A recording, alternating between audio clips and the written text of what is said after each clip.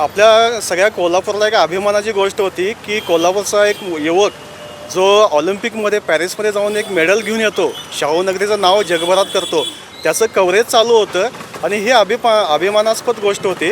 आणि त्या कव्हरेजच्या वेळी या गोष्टींनी जो प्रसंग घडलेला आहे हा गालबोट कोल्हापूर शाहूनगरीला लागलेला आहे आणि तो डेलिव्हरेटली केला गेला आहे का याचाही शोध घेणं आवश्यक आहे.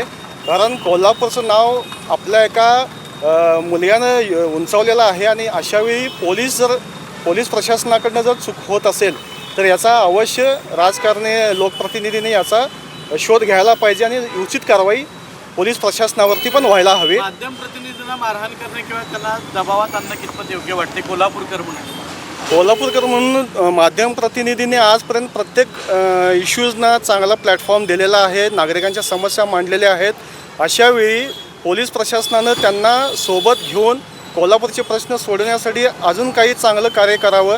पण असं त्यांनी जे काल वर्तन केलेलं आहे ती पोलीस अधीक्षक पदावरती असताना हे निश्चितच भूषणावं नाही आहे आणि यामध्ये मी समजतो की आमच्या कोल्हापूरकरांचा घोर अपमान झालेला आहे. दंगा केला, धक्काबुक्की केली हे चुकीचं आहे. असं न करणं, त्याने सहकार्य करणं किंवा एकमेकाला धक्का लावणं हे चुकीचं आहे. असं पोलिसांनी करू नये. खरोखर जर एकावर अन्याय होत असेल आणि तो माणूस ऐकत नसेल त्याला करायला काय हरकत नाही. पण तुम्ही चांगल्या माणसांना चांगलं काम करत असतेवेळी जर तुम्ही असं जरी धक्काबुक्की किंवा कुठं भाजपचं ऐकून जर असं करत असेल तर हे चुकीचं आहे.